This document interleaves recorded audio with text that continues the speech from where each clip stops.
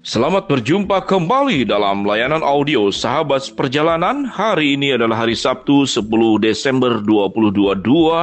Tema renungan kita dengan judul Dari Mana Datangnya Kemiskinan? Dari mana datangnya kemiskinan? Firman Tuhan terambil dalam Amsal pasal 6 ayat 10 sampai dengan ke-11.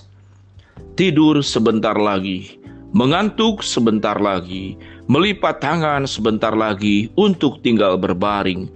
Maka datanglah kemiskinan kepadamu seperti seorang penyerbu dan kekurangan seperti orang yang bersenjata.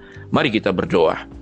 Bapa yang di dalam surga, di tengah kondisi krisis ekonomi, kesulitan finansial menjadi sebuah problem umum dan semua orang berjuang bagaimana untuk bisa mengatasi kemiskinan, dan kami mau belajar dari mana sesungguhnya datangnya kemiskinan.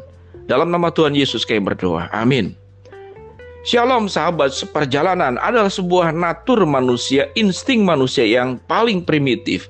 Bagaimana hidup menjadi lebih baik.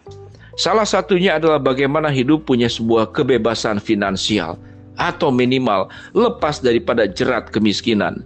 Sahabat Yudki nanti yang dikasih dalam nama Tuhan Yesus, kalau kita berbicara tentang jerat dan perangkap kemiskinan, berarti ada yang memasang perangkap, ada yang memasang jerat.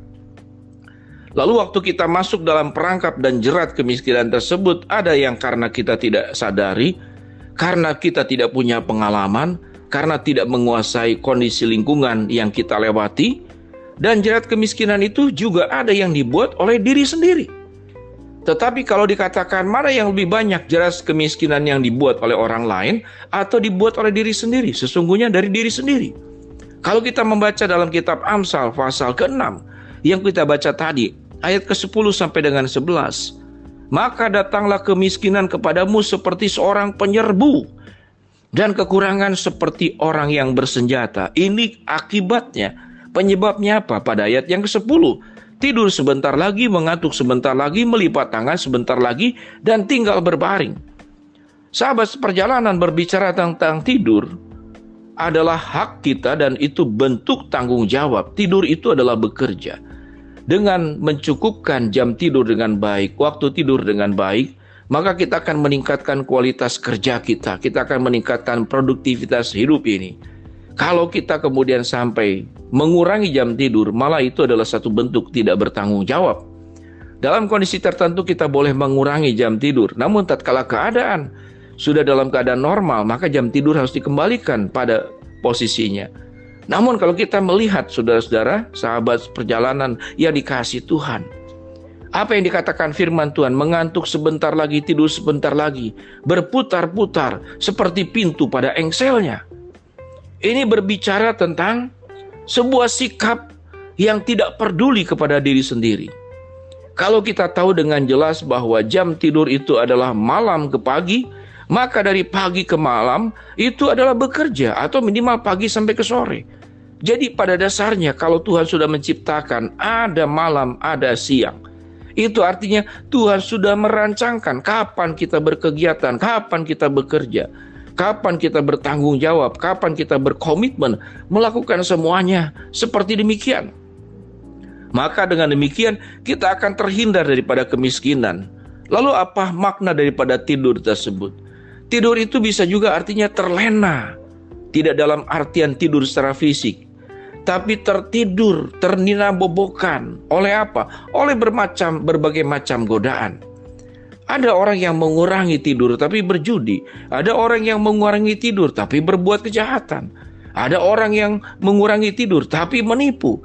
Maka kita sedang tertidur di dalam apa? Di dalam jebakan-jebakan dosa. Jadi pemahaman tidur bisa dua hal. Satu, memang kita adalah orang yang sangat suka tidur, kemudian melupakan tanggung jawab. Yang kedua, kita tertidur di dalam tipu muslihat, jerat oleh iblis. Kalau kita melihat bagaimana orang proses dihipnotis, itu kita terpaku menatap satu hal secara berlebihan, lalu kemudian kita terhipnotis dan kita tertidur. Dengan demikian sahabat seperjalanan yang dikasihi Tuhan, melatih diri sebagai pribadi yang rajin adalah berkat buat kita sendiri, berkat buat keluarga sendiri. Dan itu adalah bagian daripada warisan yang kita bisa berikan. Kalau sahabat seperjalanan memberikan warisan harta, namun tidak diikuti oleh warisan ketekunan, warisan kerajinan, warisan tanggung jawab, warisan konsistensi kepada anak dan cucu kita, maka seberapa banyak pun yang kita berikan kepada keturunan kita, maka akan habis dalam sekejap. Yang unsur ketiga, supaya bagaimana kita tertidur, kita tahu bahwa semua yang ada pada kita adalah pertanggungjawaban yang satu hari kelak nanti akan dituntut oleh tuannya kehidupan, yaitu Tuhan sang pemilik kehidupan ini. Kita harus melaporkan apa yang kita kerjakan. Kita harus melaporkan dan Tuhan akan mengaudit. Bagi sahabat perjalanan yang di dalam lingkup kerja bagian akunting, bagian hitung-menghitung, mungkin kita tidak pernah mendengar bahwa satu hari kelak nanti Tuhan akan mengaudit kehidupan kita.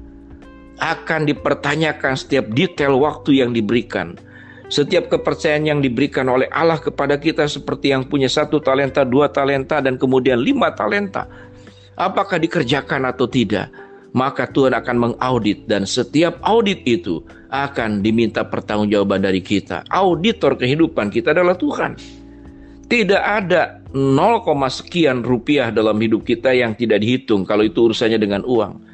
Tapi tidak ada 0, sekian waktu kehidupan kita yang lepas daripada pengamatan Allah.